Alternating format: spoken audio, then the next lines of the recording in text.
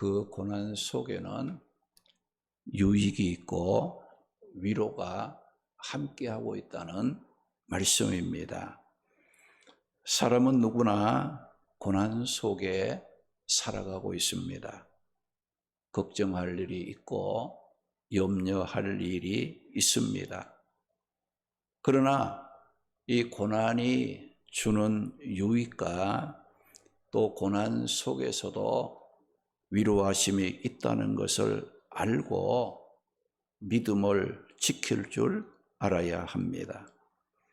오늘 이 말씀의 바울은 이 고린도에 머물며 이 고린도 성도들이 진리의 말씀 안에 거하도록 가르쳤습니다. 이 가정 속에 유대인들의 심한 이 반발이 일어났고, 이로 인해서 바울은 일정을 변경을 해서 이 에베소로 가서 복음을 전하게 되었습니다. 그런데 이 에베소 지역은 우상 숭배가 심한 그런 곳이었기 때문에 복음을 전하기 위해서 에베소로 간 바울과 그 일행은 그곳에서 힘에 겹도록 극심한 고난을 당하게 되었습니다. 이렇게 바울은 극심한 고난을 겪었지만 그 고난 속에서 성령의 위로하심과 또 하나님의 구원하심을 경험하고 고난 당한 자들에게 위로와 또 믿음을 지킬 수 있도록 힘을 얻게 하는 일을 했습니다. 교회는 어떤 곳이 되어야 합니까? 고난과 아픔 속에서 그리스도의 위로를 경험한 자들이 모여 서로 고난과 아픔을 나누고 위로해주고 또 위로받을 수 있는 교회가 되어야 합니다.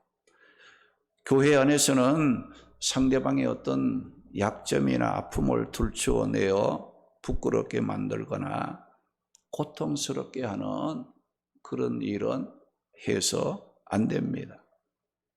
교회는 서로의 아픔을 나누고 서로 또 위로해 줌으로 고난 가운데서도 믿음을 지키도록 힘을 얻게 하는 일을 해야 합니다. 그런데 오늘 이 본문 말씀을 통해 바울이 언급한 이 하나님의 성품을 무엇이라고 했으며 또 하나님은 이 고난 중에 있는 성도들을 위해서 어떤 일을 하시는 분이라고 했습니까? 오늘 본문 3절 말씀 보니까 그는 우리 주 예수 그리스도의 하나님이시오 자비의 아버지시오 모든 위로의 하나님이시라고 말씀했어요. 바울은 하나님을 자비의 아버지, 모든 위로의 하나님이라고 언급을 함으로써 하나님의 성품은 자비와 위로하심이라고 말하고 있습니다. 여기 자비라는 이 말은 동정을 베풀다는 뜻으로 어렵고 힘든 가운데 있는 자들을 외면하지 않고 돕고 보살펴 주고 싶어 하는 것을 자비라고 말을 하고, 또 위로라는 말은 곁으로 부른다, 초청하다는 뜻으로 환난으로 고난으로 낙담하는 상태에 있거나 또 힘들어하는 자를 격려하고 용기를 북돋아 주는 것을 위로라고 말을 합니다. 이런 자비와 위로의 하나님은 고난 당한 성도들을 위해서 어떤 일을 하신다고 했습니까? 오늘 4절 말씀 보니까 우리의 모든 환난에서 우리를 위로하사 우리로 하여금 하나님께 받은 위로로서 모든 환난 중에 있는 자들을 능히 위로하도록 하게 하시는 분이라고 말씀을 했어요. 하나님은 두 가지 일을 하신다고 했어요. 첫째는 환난 중에 있는 성도들을 친히 위로하시는 일을 하시고, 둘째는 이렇게 하나님의 위로를 경험한 자들로 하여금 환난 중에 있는 다른 자들을 또 위로하게 하는 그런 일을 한다라고 말씀을 했습니다.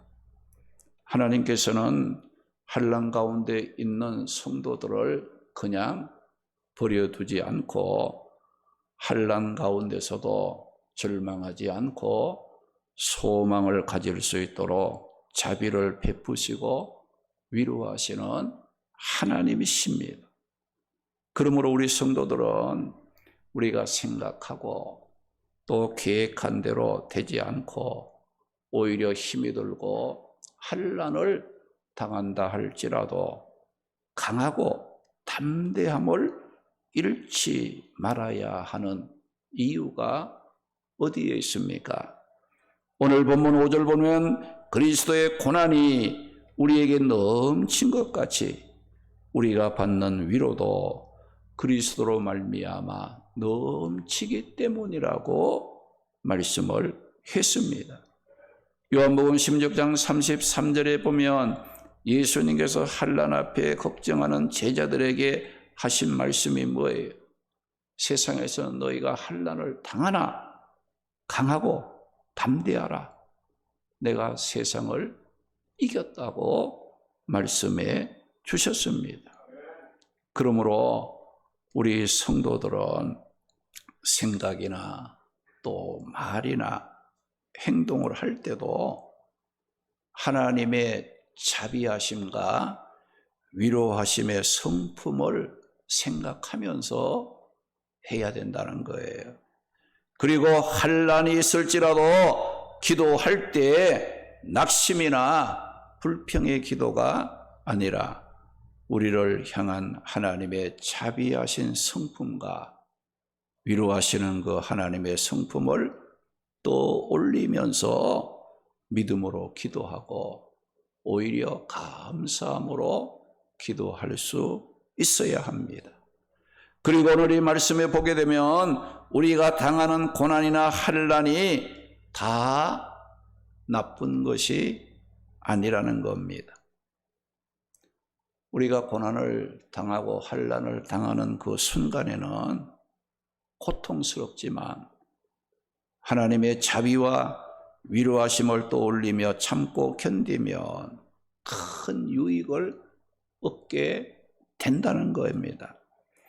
오늘 8절 9절 말씀에 보면 바울 일행은 아시아에서 복음을 전하다가 힘에 겨운 심한 고난으로 살 소망까지 끊어지므로 이제는 안 된다, 끝났다라고 하는 사형 선고를 받은 줄 알았다는 겁니다. 그런데 하나님께서는 이렇게 힘에 겹도록 심한 고난을 복음 전하는 바울 일행에 허락하신 이유가 있었다는 거예요. 오늘 본문 9절 말씀에 보면 우리는 우리 자신이 사형 선고를 받은 줄 알았으니 이는 우리로 자기를 의지하지 않고 오직 죽은 자를 다시 살리시는 하나님만 의지하게 하기 위함이라고 말씀을 했습니다. 바울의 일행이 딴 생각하지 않고 오직 하나님만을 의지하여 복음을 전하며 주의 일에 쓰임받게 하려고 힘에 겨운 환난을 통해 바울과 그 일행을 통해서 누구만 바라보게 하느냐? 하나님만 바라보고 하나님만 붙잡을 수 있도록 만들었다는 거예요. 그래서 우리 믿는 자들에게 고난은 손해보는 것이 아니에요. 다윗도 고난을 통해 어떤 고백을 했습니까? 시편 119편 67절 말씀 보니까 고난 당하기 전에는 내가 그릇 행하였더니 이제는 고난 받고 난 후에는 고난을 통해서 주의 말씀을 지키게 되었다고 고백을 했고, 시편 119편 71절에 보게 되면 다윗은 고난 당한 것이 내게 유익이라, 이로 말미암아 내가 주의 율례들을 배우게 되었다고 다윗은 고백을 했습니다. 다윗에게 있어서 고난은 고난 당하기 전과 고난 당한 후에 하나님의 앞에서의 삶의 모습이 고난으로 말미암아 나쁜 쪽에서 좋은 쪽으로 바뀌고 변화되는 놀라운 역사를 가져왔다는 것을 말씀하고 있어요. 히브리서 12장 11절 말씀에 보면 무릇 징계가 우리가 받는 고난과 환난을 당하는 것이 그 순간에는 즐거워 보이지 않고 슬퍼 보이지만 그 고난을 믿음 안에서 위로하시는 하나님의 자비와 그 은혜를 기억하며 이것을 잘 참고 연단을 받은 자들은 의와 평강의 열매를 맺게 된다고 말씀을 했어요. 오늘 나에게는 어떤 고난과 환난이 있습니까? 고난을 고통스럽다고 낙심하고 절망하면 그 고난은 더 힘들어지고 우리의 삶을 무너지게 만듭니다. 그러나 그 고난을 통해서 하나님께서 내 삶에 깨닫게 하는 것이 무엇인가 발견할 줄 알아야 합니다.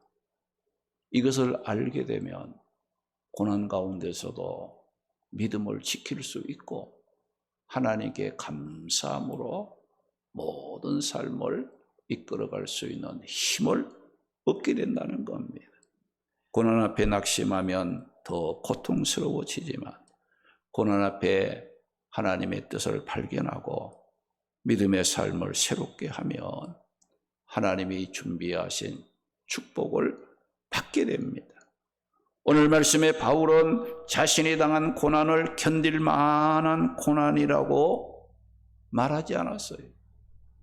견딜 만큼의 고난이 아니에요. 힘에 겹도록 견딜 수 없도록 심한 고난이었다고 고백을 하면서 그러나 그 모든 고난 속에서 하나님께서 위로해 주셨다라고 고백을 했습니다. 우리는 약하기 때문에 이 고난 앞에 항상 어때요? 한없이 작은 그런 모습을 보이고 어떤 일이나 문제를 만나면 그 문제에 집중함으로 우리를 위로하시고 자비를 베푸시는 하나님을 바라보지 못하고 내 눈앞에 있는 고난만 바라보고 그 고난에 몰입함으로 우리의 삶이 어디론가 휩쓸려 떠내려가는 그런 모습을 보일 때가 많이 있습니다.